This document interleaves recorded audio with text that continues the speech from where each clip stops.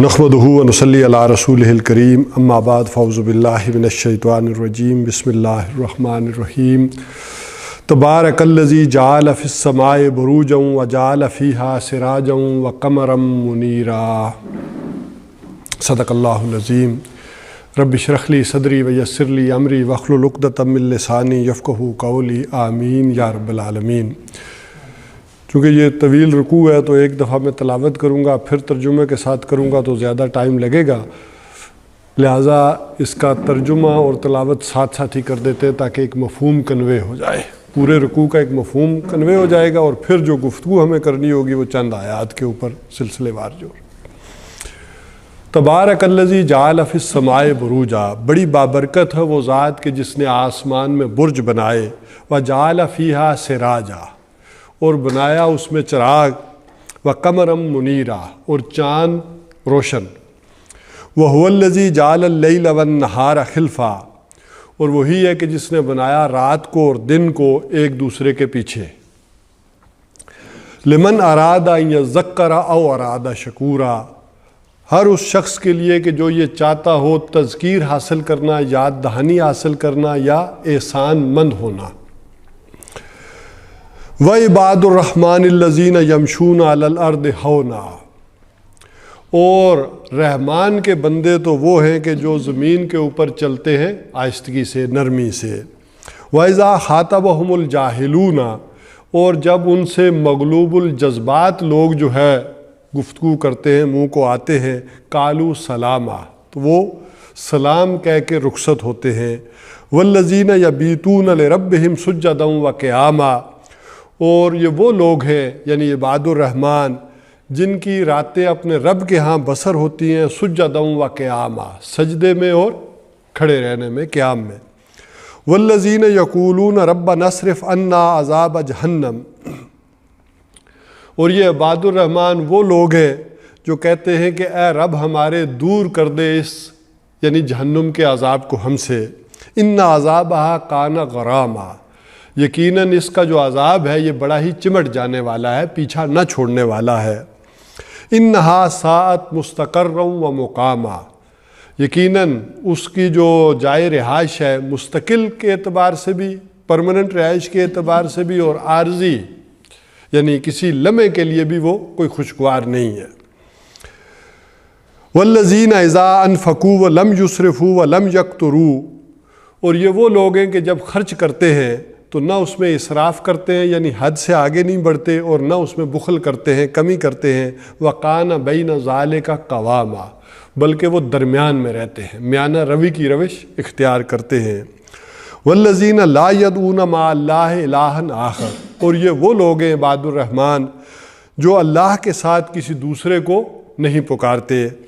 وَلَا يَقْتُلُونَ النَّفْسَ الَّتِي حَرَّمَ اللَّهُ إِلَّا بِالْحَقِّ، اور نہ قتل کرتے ہیں کسی جان کو کہ جسے اللہ نے محترم ٹھہرایا ہو مگر حق کے ساتھ۔ ولا یزنون، اور نہ زنا کرتے ہیں۔ ومن یفعل ذلک، اور جو کوئی یہ کرے گا، یلقا اثاما، تو وہ تو گناہ میں جا پڑا یعنی اپنے کیے کی پاداش میں بھگتے گا۔ یضاعف لہ العذاب، ان کے لیے دگنا کر دیا جائے گا عذاب، یوم القیامہ، قیامت کے دن۔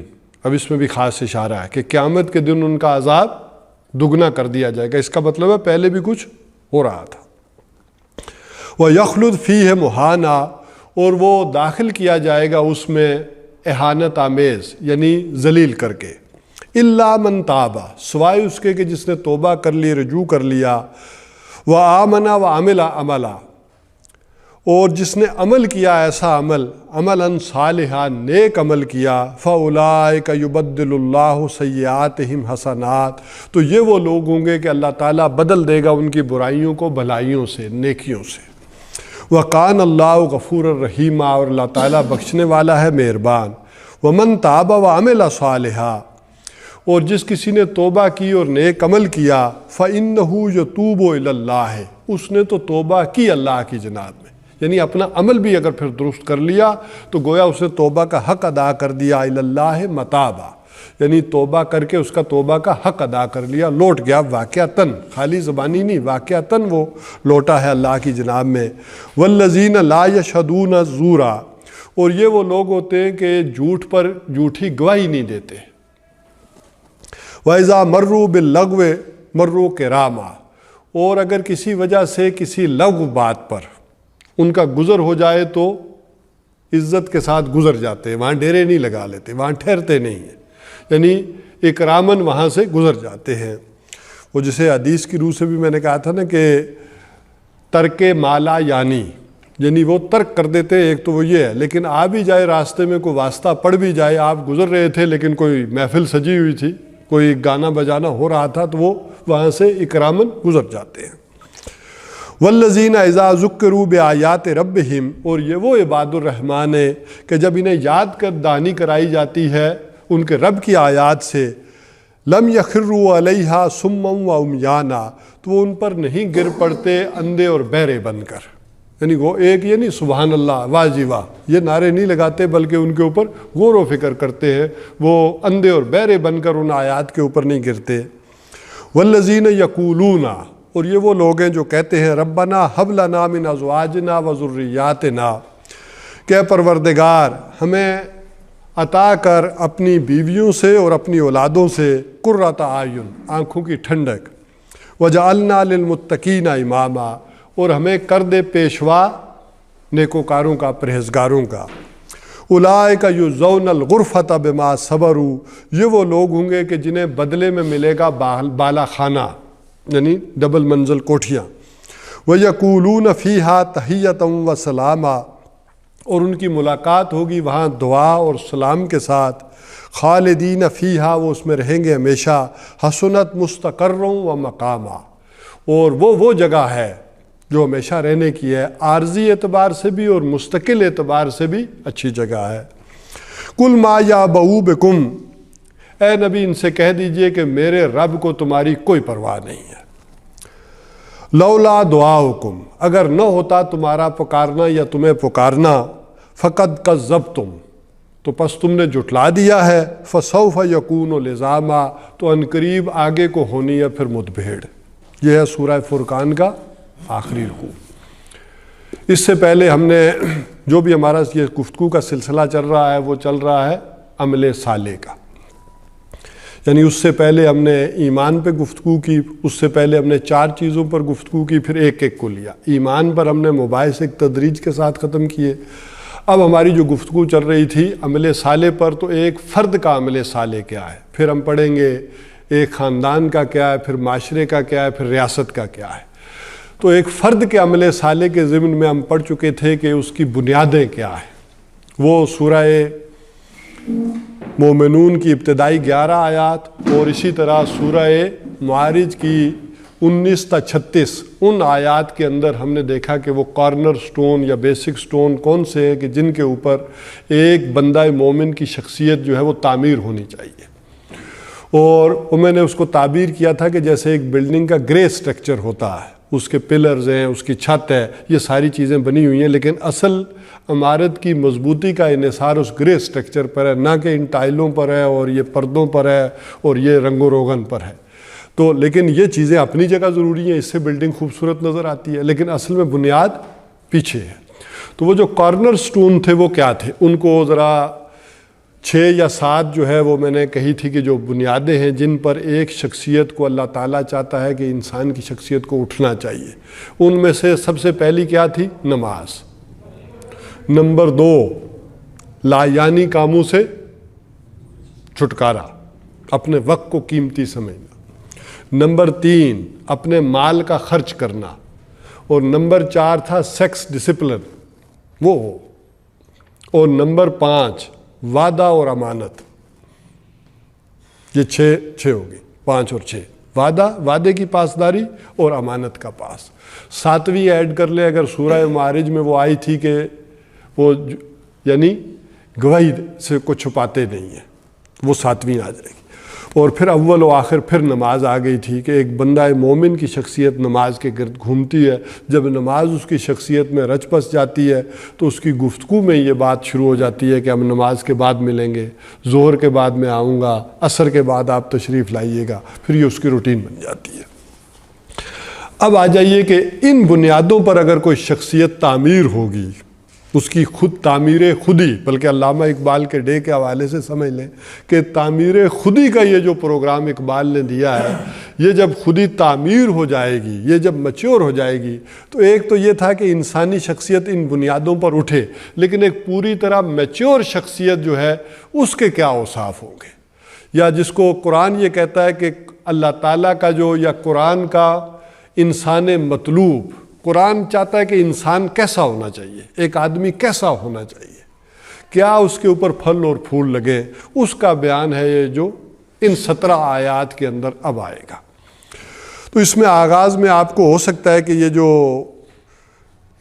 ابتدائی آیات اور آخری آیات آپ کو irrelevant لگے، لیکن جب ہم اس کو سمجھیں گے تو آپ کو معلوم ہوگا کہ یہ بڑی ہی آپس میں ریلیونٹ ہے۔ مثلا شروع میں آ رہا ہے تبارک الذی جعل فی السماء بروجا، بڑی بابرکت ہے وہ ذات کہ جس نے آسمان میں برج بنائے۔ اب یہ کیا شے ہے، کس طرح سے ہے، یہ متشابہ بات ہے، ابھی ہم کچھ نہیں سمجھ سکتے کہ کیا ہے۔ ویسے لفظی کہیں گے تو برج کہتے ہیں کسی شے کے تبرج الجاہلیہ، وہ جو سورہ نور میں اور آتی ہے نا آیت کہ بن سنور کر جو ہے نکلنا، عورتیں چاہتی ہیں کہ نمایاں ہوں، تبرج الجاہلیہ والا معاملہ کہ ویسا نہ کروں۔ تو اصل میں برجیاں کہتے تھے، شہر کی جو فصیل ہوتی تھی اس کے اوپر جو برجیاں ہوتی تھی جہاں وہ بیٹھے ہوتے تھے پہرے دار یا حفاظت نگران کرنے والے جو گارڈ ہوتے تھے، وہ شہر کی حفاظت کرنے والے۔ تو باہر سے ایک آدمی اگر آتا تھا دور سے، آپ اندازہ کریں اس زمانے کا، گھوڑے پر آ رہا ہے، اونٹ پر آ رہا ہے، تو سب سے پہلی چیز جو اسے نظر آتی تھی وہ شہر کی برجیاں نظر آتی تھی۔ تو اسی طرح عورت کا نمایاں ہونا بھی یہ کوئی پسندیدہ نہیں کہا گیا۔ تو اسی طرح آسمان میں یہ جو کہا گیا برج ہے، یہ اللہ تعالیٰ نے کوئی اس کی حفاظت کا نمایاں مقام جو ہے اللہ تعالیٰ نے مقرر کر رکھے ہیں، کوئی حفاظت کا نظام ہے، اس کو وحی کے ضمن میں بھی لیا گیا۔ لیکن چونکہ یہ متشابہات میں سے ہے، ابھی تک تو ہمیں یہ بھی نہیں پتا کہ آسمان کسے کہتے ہیں، ہے نا؟ اکثر الفاظ آ جاتے ہیں کہ 7 آسمان، ویسے تو بلندی کے معنوں میں بھی اس کو لیا گیا ہے۔ اسی طرح 7 شدائد اور 7 طرائق، یہ الفاظ بھی قرآن میں آئے کہ 7 بڑی مضبوط چنائیاں ہیں جو کر دی گئی، 7 راستے ہیں جو کر دیے گئے آسمانوں کے معنوں میں۔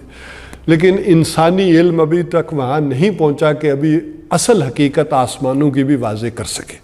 لیکن جس تیزی سے سائنس آگے بڑھ رہی ہے، یہ کوئی زیادہ دور کی بات نہیں ہے، ہو سکتا ہے کہ بول جلد آسمانوں کی حقیقت بھی ہم پر آشکارا ہو جائے۔ وَجَعَلَ فِيهَا سِرَاجًا، اور بنایا ہے اس میں ایک چراغ، یعنی سورج جو ہے اس کو چراغ کہا گیا۔ اور آج اس بات کو سمجھنا بڑا آسان ہے ایک چراغ کے حوالے سے کہ اس میں کمبسچن کا عمل بھی ہے۔ سورج چراغ میں کیا ہوتا ہے، تیل بھی اس میں خود ہی ڈلا ہوتا ہے اور وہ جو چل رہا ہوتا ہے وہ اس کی جو لالٹین یا چراغ کے اندر، اسی طرح سورج کے اندر بھی از خود جو ہے وہ سارا پروسیس ہو رہا ہے اور وہ جل رہا ہے۔ اور کہا وہ قمرم منیرا، اور چاند روشن ہیں، تو دونوں روشن، تو قمرم منیرا، اور چاند کو کر دیا روشن۔ تو چاند کی اپنی کوئی روشنی نہیں ہے، یہ آج ذرا ہم سمجھ سکتے ہیں۔ چاند کیا ہے، ریفلیکٹر ہے، یہ اصل میں تو روشنی لیتا ہے سورج سے ہی لیتا ہے اور ریفلیکٹ کرتا ہے۔ تو یہ دونوں چیزیں بنائی اللہ تعالیٰ نے۔ هو الذی جعل اللیل والنہار، اور وہی ہے جس نے رات کو بھی بنایا اور دن کو بھی بنایا۔ خلفہ، خلفہ میں دونوں چیزیں آ جائیں گی۔ ایک آپ کہتے ہیں نا اختلاف، یہ بھی ہے نا کہ اختلاف سے بھی ہے، اور ایک کہتے ہیں کہ فلاں آدمی کیا ہے، خلف الرشید۔ ہم ظفر صاحب کو کہہ سکتے ہیں کہ وہ ان کے خلف الرشید ہے، ان کے ظفر صاحب کے والد صاحب بھی آئے ہیں تو ہم کہہ سکتے ہیں کہ ظفر صاحب ان کے خلف الرشید۔ تو خلف الرشید ان یعنی نیک بیٹے کے معنوں میں بھی آتا ہے، اچھے بیٹے کے معنوں میں۔ تو ایک یہ بھی ہے کہ پیچھے جو آنا، خلیفہ۔ تو اس اعتبار سے کہیں گے کہ ایک رات اور دن ایک دوسرے کے پیچھے بھی آتے ہیں اور ایک دوسرے میں اختلاف بھی ہے۔ دن کو اللہ تعالیٰ نے روشن کر دیا اور رات کو تاریک کر دیا، اور ان دونوں کی تضاد سے کچھ مقاصد ہیں جو پورے ہوتے ہیں۔ رات کو آپ آرام کرتے ہیں، سکون کرتے ہیں، دن کو بھاگ دوڑ کرتے ہیں۔ اسی طرح پورا نظام جو ہے وہ پلٹ جاتا ہے، رات کو پودے کیا کرتے ہیں، دن کو کیا کرتے ہیں، کس طرح سے ان کے جو سانسوں کا نظام ہے وہ سارا بدل جاتا ہے۔ تو یہ بھی ایک اختلاف ہے، اور اسی اختلاف سے ساری چیزیں جو ہے وہ مقاصد کی طرف بڑھ رہی ہے۔ اور یہ سارا کیوں ہے، لمن ارادہ، یہ لام استفادہ، لام فائدہ، یہ جو لام ہے نا لمن، جو کوئی یہ فائدہ حاصل کرنا چاہتا ہے ان چیزوں سے، ارادہ چاہتا یہ ہے، یا ذکرہ کہ اس سے یاد دہانی حاصل کرے۔ اصل میں قرآن حکیم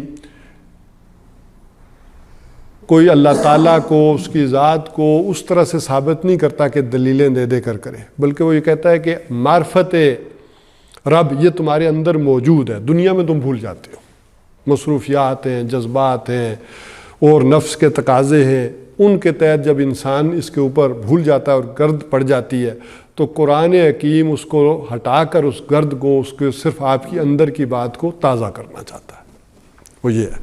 تو جو کوئی یہ چاہتا ہے اس بات کو تازہ کرنا، او ارادہ شکورا، یا یہ چاہتا ہے کہ وہ شکر کرے،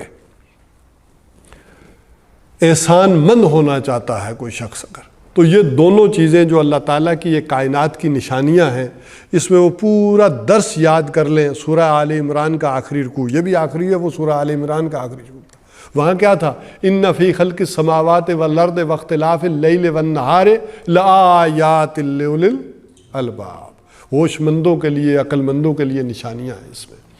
لیکن یہ ساری نشانیاں دیکھ کر بھی جسے کوئی یاد نہ آئے تو یہ بہت بڑا المیہ ہے۔ دیکھیے آج کے دور میں یہ نشانیاں دیکھ کر ایمان لانا آسان ہو جانا چاہیے۔ وہ جو ڈاکٹر مورس بکائی نے بات لکھی ہے کہ آخر یہ والی پہلی بات کوئی لے لیں کہ اللہ تعالیٰ نے بنایا ہوا جعل فیہا سراجا، آج سورج کی جو حقیقت ہمیں معلوم ہے اس سے پہلے لوگوں کو معلوم تھی، یا جو چاند کی حقیقت ہمیں معلوم ہو رہی ہے وہ پہلے لوگوں کو معلوم تھی۔ تو ان نشانیوں سے تو اور یاد دہانی ہونی چاہیے۔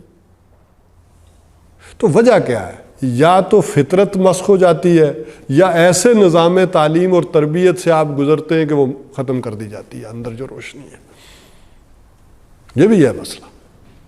وہ جو مولانا اصلاحی صاحب نے اپنی تفسیر کے شروع میں لکھا ہے نا کہ اس نظام تعلیم سے گزر کر اگر کوئی آدمی صحیح رہ جائے تو یا تو وہ مادرزاد ولی تھا یا میرا کودن تھا، یہ الفاظ ہیں ان کے، یا تو اسے سمجھ ہی نہیں آیا کہ اس نے کیا پڑھا ہے، یا مادرزاد ولی تھا۔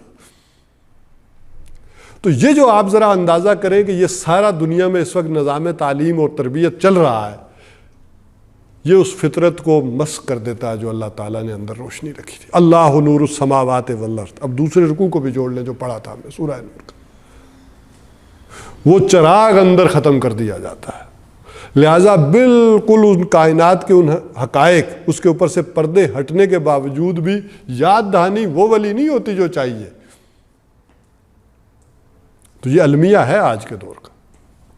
تو جو کوئی یہ چاہتا ہے اس سے یاد دہانی اخذ کرنا یا احسان مند ہونا، اصل میں جب یہ چیزیں سامنے آتی ہیں تو انسان کا ایک مسئلہ تاریخ میں تو یہ بھی رہا ہے نا کہ یہ سورج ہی سے سارا نظام چل رہا ہے، سارا کچھ جو ہے ہوائیں ہیں، پانی ہے، اگنا ہے وغیرہ وغیرہ، یہ ساری چیزوں پر ہم گفتگو کر چکے تفصیل سے۔ تو اس نے سورج کی پوجا شروع کر دی، آخر والدین کی وہ احسان مندی مانتا ہے تو والدین کی خدمت کرتا ہے، اب سورج کی کیا خدمت کرے؟ یہ سورہ لقمان کا وہ جو دوسرا رکوع ہم نے پڑھا تھا وہ بھی ساتھ میں ذرا ذہن میں تازہ کر لیں۔ وَلَقَدْ آتَيْنَا لُقْمَانَ الْحِكْمَةَ أَنِ اشْكُرْ لِلَّهِ وَمَن يَشْكُرْ فَإِنَّمَا يَشْكُرُ لِنَفْسِهِ، جو کوئی شکر کرتا ہے اپنے بھلے کو، اور بھلا کیا ہے اس کا مطلب ہے اس کی فطرت ٹھیک ہے، فطرت صحیح سالم ہے اگر اس کے اندر شکر کا مادہ ہے۔ تو یہ ساری چیزوں کو جتنے اس وقت تک ہم نے وہ ایمانیات کے حوالے سے جتنے بھی درس رکھے ہیں وہ ان دو آیات کے اندر آ گئے۔ اب اس حوالے سے سمجھ لیں کہ جو یہ شکر، تو اب ذرا انسان کا یہ جو ورلڈ ویو بنتا ہے، اب انسان ذرا ان چیزوں پر غور کرتا تو کہتا ہے یہ کسی کے بس کی بات نہیں، یہ کوئی انسان نہیں کر سکتا اتنا نظام، کائنات کا یہ نظام کسی کے بس کی بات ہے کہ کوئی یہ سارا چلائے اور اتنا کمپلیکیٹڈ نظام اس انداز میں چلائے؟ یہ ممکن نہیں کہ کوئی چلا سکے، یہ تو وہی ہستی ہے کہ جس نے مجھے بھی بنایا ہے اور اس نے بنایا۔ اس خالق کائنات کی طرف جتنی سائنس اور جتنا علم یہ کھلے گا اس کی حقیقت اور منکشف ہوتی چلی جانی چاہیے۔ اور انسان کا اب اگر ایک لمحے کو انسان یہ سوچے اتنا بڑا نظام، اتنا بڑا کمپلیکیٹڈ سسٹم بنایا کس لیے اللہ نے؟ میرے لیے. اب جب انسان یہ سوچے کہ یہ سارا سورج، یہ ساری چیزیں، ہواؤں اور پانی کا نظام، یہ اللہ نے کس لیے بنایا؟ میرے لیے بنایا. تو اس کا دوسرا لازمی نتیجہ کیا ہو جائے گا؟ شکر. وہ سجدے میں گر پڑے گا. اب یہ ہے وہ شعوری انداز میں انسان کا جھک جانا، اس شکر کے درجے میں آ جانا، سوچ سمجھ کر آ جانا کہ کیا کیا نعمتیں ہو رہی ہیں اس کی میرے اوپر، ہر لمحے ہو رہی ہیں، اور میری خاطر کتنا بڑا کارخانہ قدرت ہے جو چل رہا ہے. تو یہ تو بنیادی بات تھی. ابھی فی الحال یہ irrelevant لگے گی، لیکن اس کو ہم آگے جوڑیں گے. عباد الرحمن سے آخر اس کا تعلق کیا ہے؟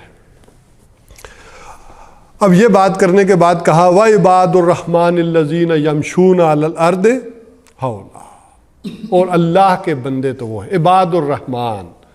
یہاں رحمان کو بھی ذرا اندازہ کریں، اللہ کا نام جو رحمان ہے، جس کی رحمت بے پایاں کا کوئی تصور تم نہیں کر سکتے. جب وہ کہتا ہے نا میرے بندے، تو اس میں بڑی ایک خاص محبت ہے. حضور صلی اللہ علیہ وسلم کے ساتھ بھی جب خصوصی التفات اللہ تعالیٰ کا ہوتا تھا، خصوصی کرم اور محبت سے اللہ تعالیٰ کہتے تھے نا، تو کہتے تھے میرا بندہ. قرآن حکیم میں سبحان الذی اسریٰ بعبدہ لیلا من المسجد الحرام الی المسجد الاقصی. بڑی پاک ہے وہ ذات جو لے گئی اپنے بندے کو راتوں رات کہاں سے کہاں تک، اپنے بندے کو لے گئی. اور اگلی صورت میں کیا کہا؟ الحمدللہ الذی انزل علی عبدہ الکتاب. کل شکر اور کل حمد و ثنا اس کے لیے جس نے اتاری کتاب کس پر؟ علی عبدہ، اپنے بندے پر کتاب اتاری.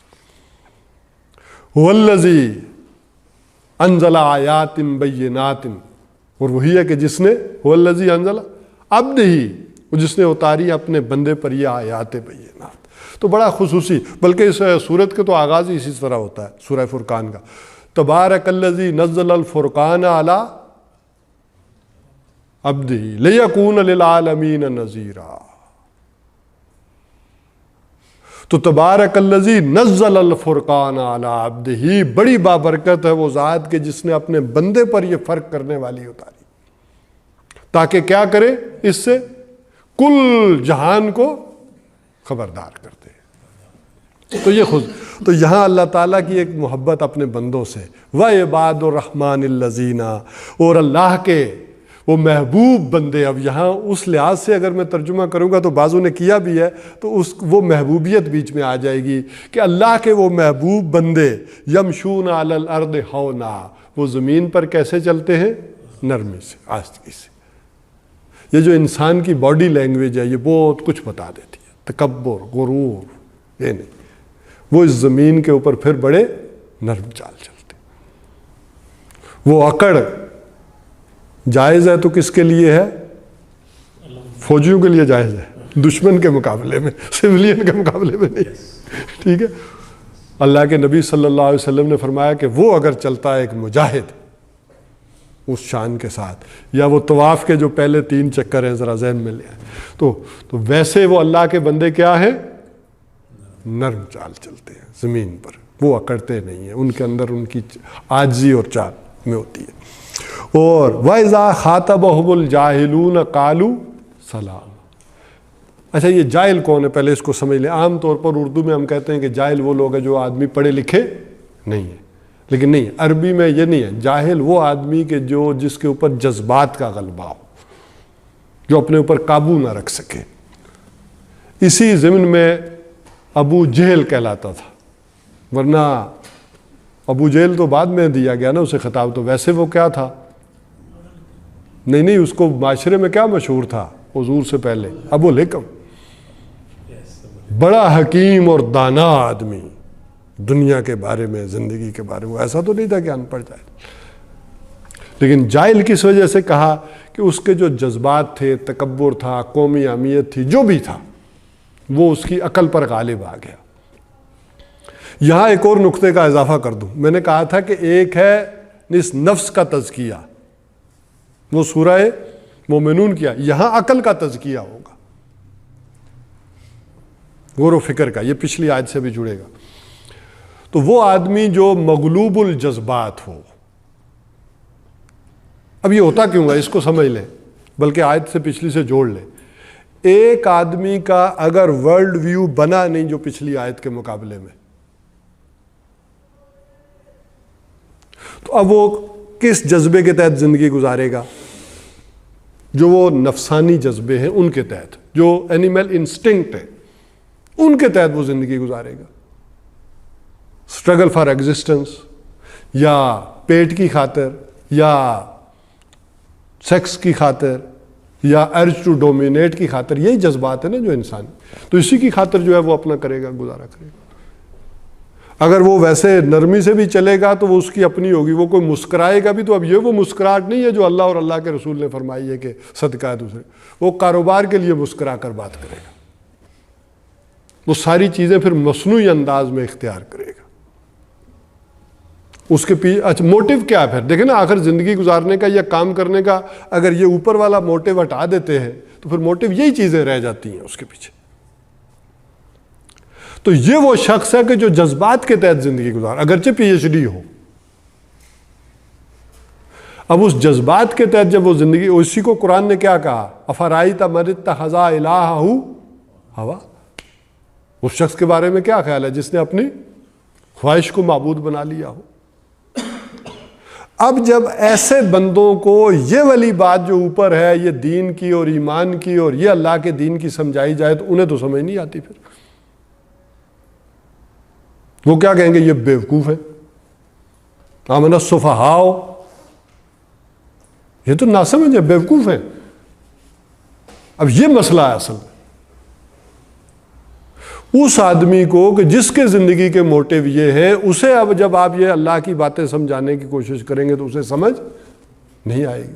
تو اب اس کا ایک فطری معاملہ یہ ہوتا ہے کہ انسان کو غصہ آ جاتا ہے, بھئی یہ میری بات سمجھ نہیں رہا, تو ہو سکتا ہے کہ جھگڑا ہو جائے. تو حکمت کا تقاضا یہ ہے کہ جھگڑا نہیں کرنا.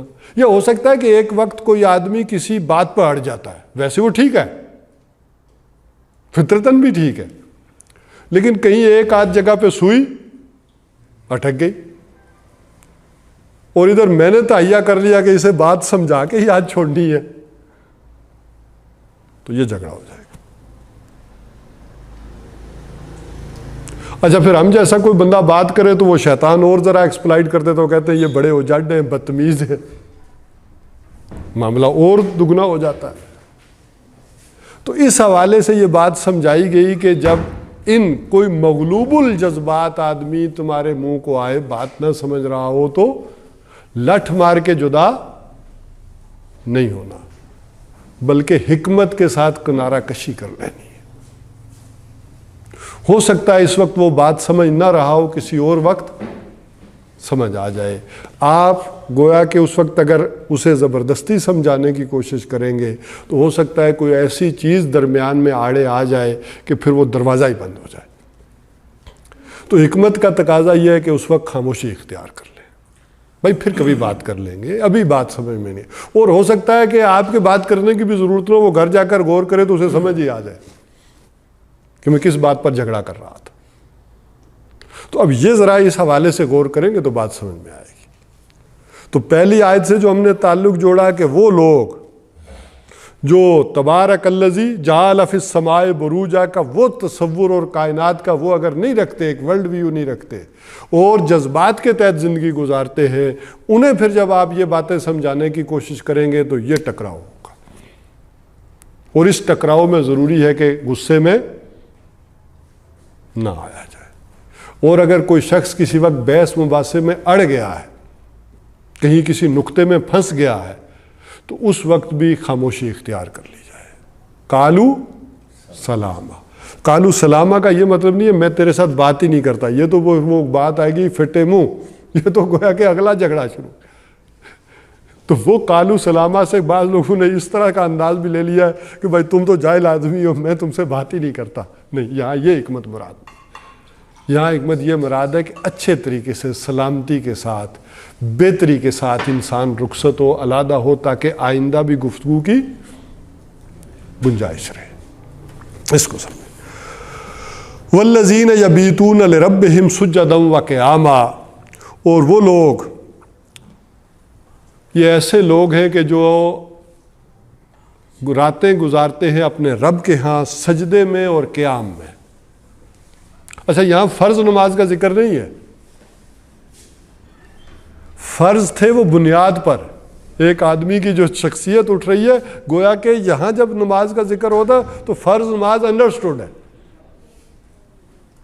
یہ جو پوری طرح گویا کہ میچور شخصیت ہے، یہ جو آدمی لڑ پڑتا ہے، بلکہ پہلے میں بھی دیکھ لیں، یہ جو آدمی لڑ پڑتا ہے آگے سے گفتگو میں، سمجھانے والا بھی، یہ کسی وقت ہو، اس کا مطلب ہے کہ ابھی میچور شخصیت نہیں ہے۔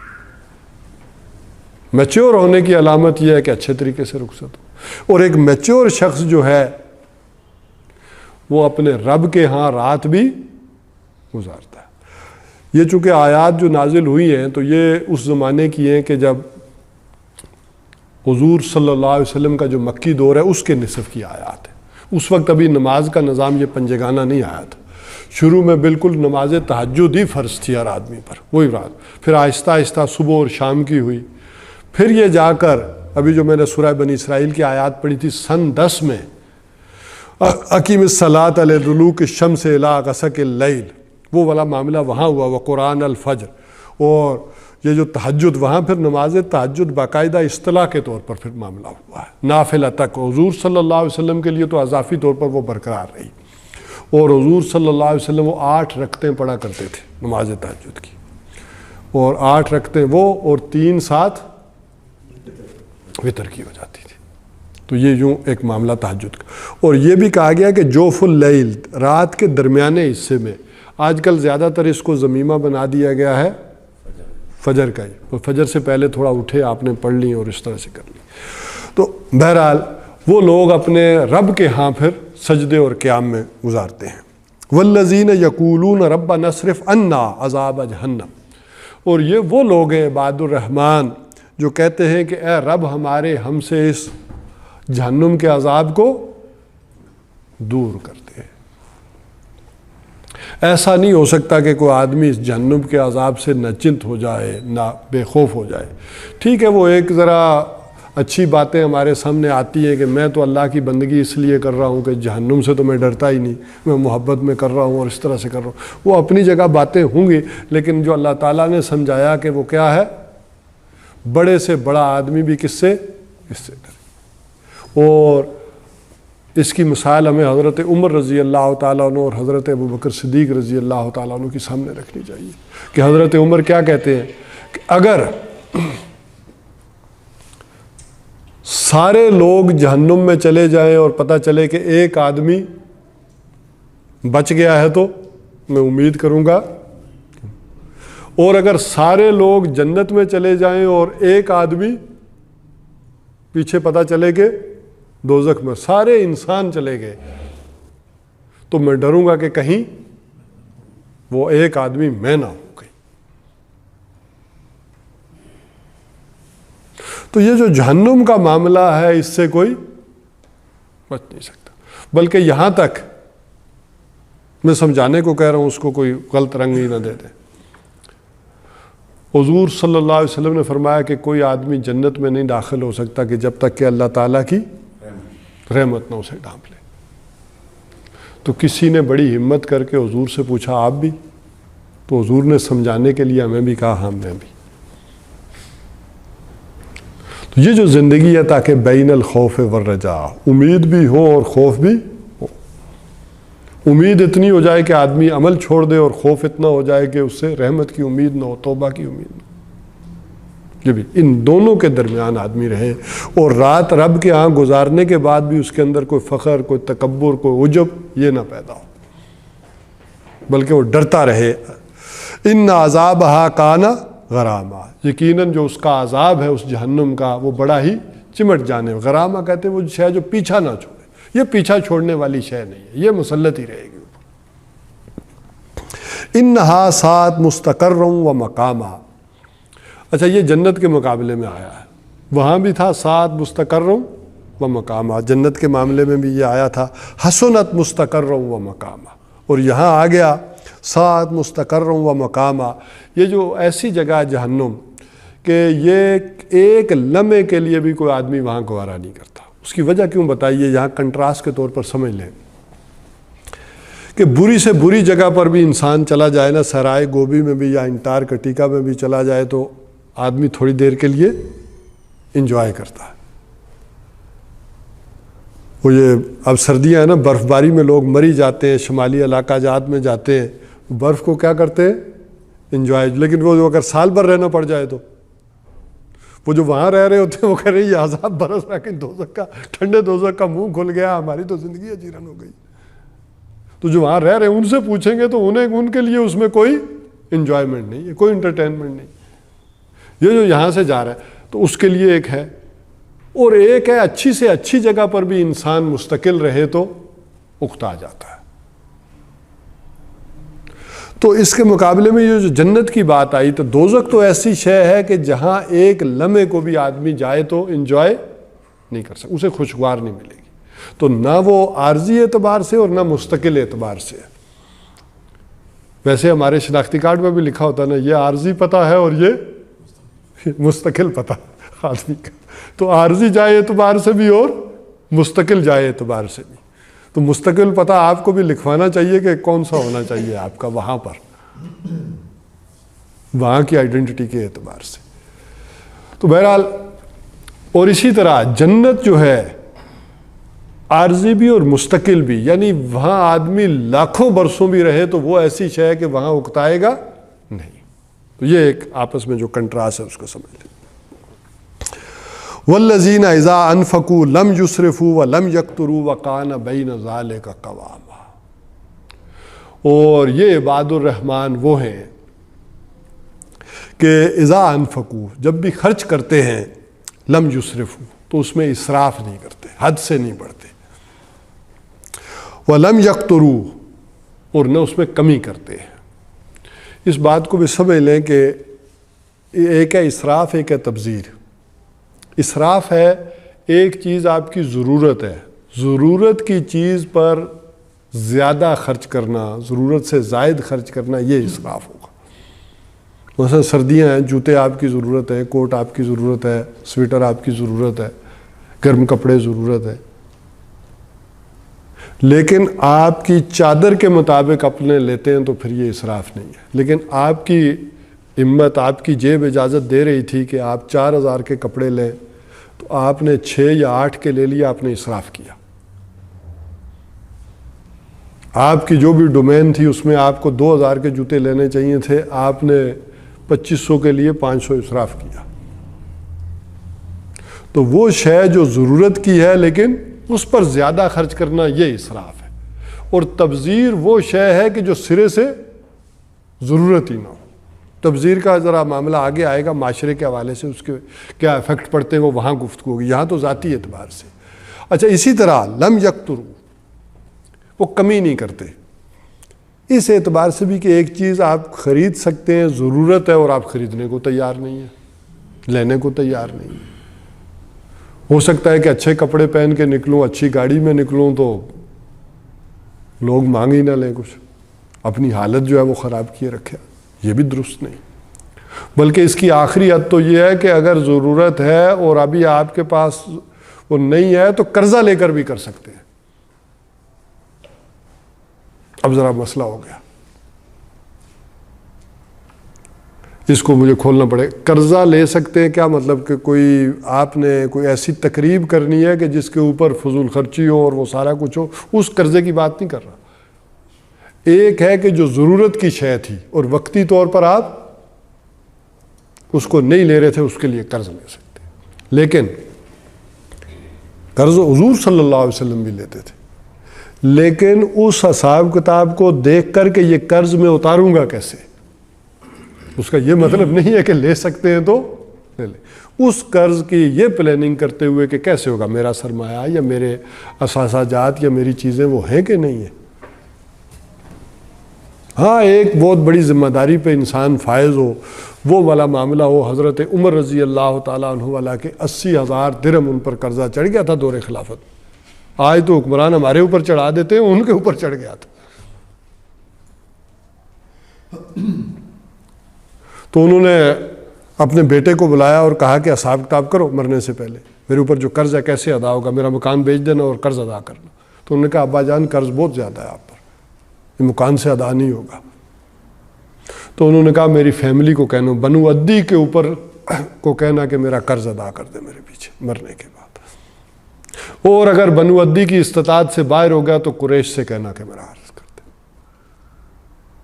یہ فرق رہا ہے اس ذمہ داری کے اعتبار سے۔ تو ایک ہے وہ ہائر لیول، جیسے کہیں کہ اپنے منہ سے بھی موت مانگنا حضور صلی اللہ علیہ وسلم نے منع فرمایا کہ موت کی آرزو کرنا منع، لیکن ایک وہ وقت بھی آیا کہ حضرت عمر رضی اللہ تعالیٰ نے دعا کی کہ اللہ مجھے اٹھا لے، لیکن وہ کس اعتبار سے کہا؟ یہ اس ذمہ داری کے اعتبار سے کہا۔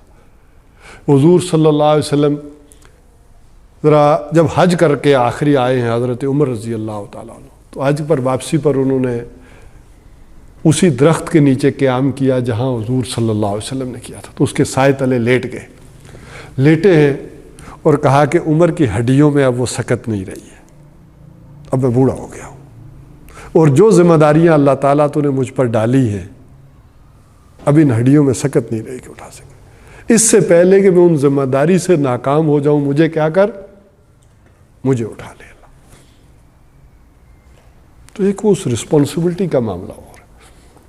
وَلَمْ يَقْتُرُوا، تو جہاں خرچے کی ضرورت ہے وہاں خرچہ کرنا چاہیے، لیکن ضرورت کا ہی کرنا چاہیے، اس سے بڑھنا نہیں چاہیے۔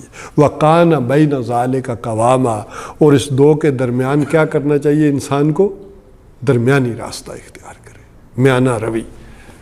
اچھا یہی سب سے مشکل کام ہے دنیا میں، اعتدال پسندی سب سے مشکل ہے دنیا میں۔ انسان ذرا تشدد پسند واقع ہوا، یا ادھر نکل جاتا ہے یا ادھر نکل جاتا ہے۔ اب یہ سوچ کر انسان کا اپنے بارے میں فیصلہ کرنا یہ معاملہ ہے۔ اب یہ جو تین چیزیں آگے آ رہی ہیں، یہ جس وہ معاشرے میں رہ رہا ہے اس پر بڑی افیکٹو ہے۔ والذین لا یدعون مع اللہ الہا آخر، اور وہ لوگ جو نہیں پکارتے اللہ کے ساتھ کسی دوسرے کو، بلکہ اس آیت کا میں ترجمہ ہی کر دیتا ہوں، میرا خیال ہے ہم کلوز کرتے ہیں چونکہ مغرب شاید ہونے کو ہے۔ وَلَا يَقْتُلُونَ النَّفْسَ الَّتِي حَرَّمَ اللَّهُ إِلَّا بِالْحَقِّ، اور نہیں قتل کرتے کسی جان کو جسے اللہ نے محترم ٹھہرایا ہو۔ اچھا 10 منٹ، پھر اس کو ذرا تفصیل سے کر لیتے ہیں۔ جس جان کو اللہ نے محترم ٹھہرایا ہو، یہ انسان کیا ہے، بلکہ ایک اور طریقے سے بات سمجھاتا ہوں، یہ انسان کا گوشت حرام ہے، یہ سب کو پتہ ہے نا، اور سور کا گوشت بھی حرام ہے، تو فرق کیا ہے دونوں میں؟ یہ بھی حرام اور وہ بھی حرام، تو ڈفرنس کیا ہے؟ سور اتنا گندا ہے کہ حرام، اور یہ اتنا بلند اور محترم ہے کہ اس وجہ سے حرام، یہ اپنی اس بلندی کی وجہ سے حرام ہے کہ اس کا گوشت بھی یہ اتنا محترم ہے کہ نہیں کھایا جا سکتا۔ تو وہ جان جسے اللہ نے محترم ٹھہرایا ہے اسے بھی قتل نہیں کرتے، الا بالحق، سوائے حق کے۔ اور حق کی 4 صورتیں اہل علم نے بیان کی ہیں کہ 4 صورتوں میں انسانی جان لی جا سکتی ہے۔ نمبر 1، قتل کے بدلے میں قتل، اگر کسی نے کسی کو ناحق قتل کیا ہے تو اس کے بدلے میں اس کی جان لی جائے گی۔ اسی طرح شادی شدہ زانی کا قتل، ایک آدمی کے پاس سہولت تھی پھر اس نے معاشرے کو خراب کیا، اس کا قتل۔ تیسرا مرتد کا قتل، جو آدمی دین سے اسلام سے پھر جائے اور سمجھانے کے باوجود نہ واپس ہو، اس کو بھی قتل کر دیا جائے۔ اور چوتھا قتل ہے کافر حربی کا قتل۔ ہر کافر کو آپ ہر وقت نہیں مار سکتے، وہ کافر جس سے جنگ ڈکلیئر ہو۔ تو یہ 4 صورتیں ہیں: قتل کے بدلے میں قتل، شادی شدہ زانی کا قتل، مرتد کا قتل اور کافر حربی۔ ان 4 صورتوں کے علاوہ اور صورتیں نہیں ہیں کہ انسانی جان جو اللہ نے محترم ٹھہرائی ہو اس کو قتل کیا جائے۔ ولا یزنون، اور نہ وہ زنا کرتے۔ اصل میں یہ 3 چیزیں دیکھیں کہ ایک معاشرہ جو ہے اس کے نظریات کن اصولوں پر وہ تشکیل پا رہا ہے۔ جیسے ایک انسانی ذہن کا تزکیہ ہوتا ہے، اسی طرح اس معاشرے کا تزکیہ یہ ہے کہ وہ توحید پر ہے یا نہیں، اس کنسپٹ پر۔ بلکہ مجھے یہاں کہنا پڑے گا کہ آج ہم میں کوئی بھی نہیں ہے جو پوری دنیا کو اس لیول پر جا کر گفتگو بھی کر سکے۔ مطلب کوئی امریکہ کی آنکھوں میں آنکھیں ڈال کر یہ بات کر سکے کہ تم سپر پاور ہمارے ذریعے سے رہے ہو، اگر اسلام نہ ہوتا تو یہ مارکسزم تو تم سب کو کھا گیا ہوتا۔ یہ اسلام کا نظریہ تھا جس نے بند باندھا ہے اس کے آگے، اور کیپٹلزم، اور تم بچے ہو۔ اور یہ ہمارا آفاقی مذہب اور توحید کا مذہب، اور تم ہمیں جو ہے وہ مختارہ مائی اور ملالہ یوسف زئی اور ان کے ذریعے میں ڈیل کرو گے، ان کے ذریعے یہ سارے معاملات ہینڈل کرنے کی کوشش کرو گے اس قوم کو۔ 1.5 کروڑ آدمیوں کی خاطر اتنی بڑی وسیع امت مسلمہ سے تم جو ہے وہ اس کا جو ہے وہ دشمنی مول لے رہے ہو، جو اس کی نفرت مول رہے ہو۔ چلو دشمنی نہیں تو صحیح، 1.5 کروڑ آدمیوں کی خاطر، ان یہودیوں کی خاطر۔ ذرا اندازہ کریں نا کتنی وسیع ہو رہی۔ اور یہی وجہ ہے کہ تم پیسے بھی خرچ کر رہے ہو، بیوقوف آدمی، امدادیں بھی دے رہے ہو، لیکن اس کے باوجود امت مسلمہ کی پبلک کے اندر کیا ہے؟ ایک نفرت۔ اس کی وجہ کیا ہے؟ کوئی اس لیول پر کھڑے ہو کر بات کرے کہ تعالوا الی کلمۃ سواء بیننا و بینکم، جو حضور صلی اللہ علیہ وسلم قرآن میں ہمیں سکھا گیا، آؤ اس بات کی طرف جو ہمارے اور تمہارے درمیان مشترک ہے۔ آؤ جو تمہیں حضرت عیسیٰ علیہ السلام سکھا کر گئے کہ دائی kingdom come, thy will be done as on heaven as on earth. یہ جو تم پڑھتے ہو، یہ جو تمہاری سورہ فاتحہ ہے کہ اللہ دائی کنگڈم کم، اے اللہ تیری حکومت آ جائے، تیری بادشاہی ہو، تیرا نظام ہو، تیری مرضی ایسے پوری ہو اس زمین پر کہ جیسے پوری ہوتی ہے آسمانوں میں۔ یہ تم پڑھتے سنتے ہو۔ آؤ اس بات کی طرف، اللہ کی مرضی کیا ہم دنیا میں یہ پوری کریں۔ تو اس لیول پر جا کر توحید کی بات کرنا اور دعوت دینا یہ بہت مشکل ہو رہا ہے۔ اور آثار تو یہ بتاتے ہیں کہ یہ یہودیوں کا انجام بھی امریکہ میں جرمنی سے مختلف نہیں ہوگا۔ تو ایک توحید کا یہ لیول ہے کہ جو ورلڈ ویو دیتا ہے اس انداز میں پیش کیا جائے۔ بہرحال آزانیں ہو رہی ہیں۔ تو دوسری بات ہے معاشرہ یا یہ دنیا بنتی ہے تمدن کی بنیاد پر۔ جس معاشرے میں انسانی جان کا احترام نہ ہو تمدن کی جڑ کٹ جاتی ہے۔ تمدن انسانی اس کی بیس ہے۔ اور جس معاشرے میں زنا ہو اس معاشرے کی فضا خراب ہو جاتی ہے۔ وہاں میاں بیوی کا اعتماد ختم ہوتا ہے، اولاد اور والدین کا ہوتا ہے۔ اس کے اثرات کیا ہیں ابھی اس پر گفتگو۔ یعنی یہ 3 چیزیں ایسی ہیں کہ یہ انسانوں کو پھر اگر یہ چھوڑ دی جائیں تو اکٹھا رہ نہیں سکتے انسان۔ اچھا یہ ویسے بھی یہ کامن چیزیں ہیں، انسانی جان کا احترام یا زنا،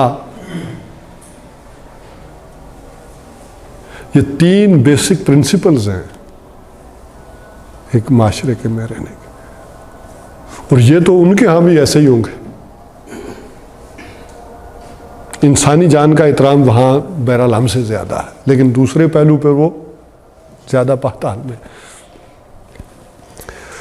بہرحال اس پر یہ جو اس آیت اس وقت زیر گفتگو تھی اس سے آغاز کریں گے انشاءاللہ العزیز اگلے بدھ سے، اگر اللہ تعالیٰ نے چاہا.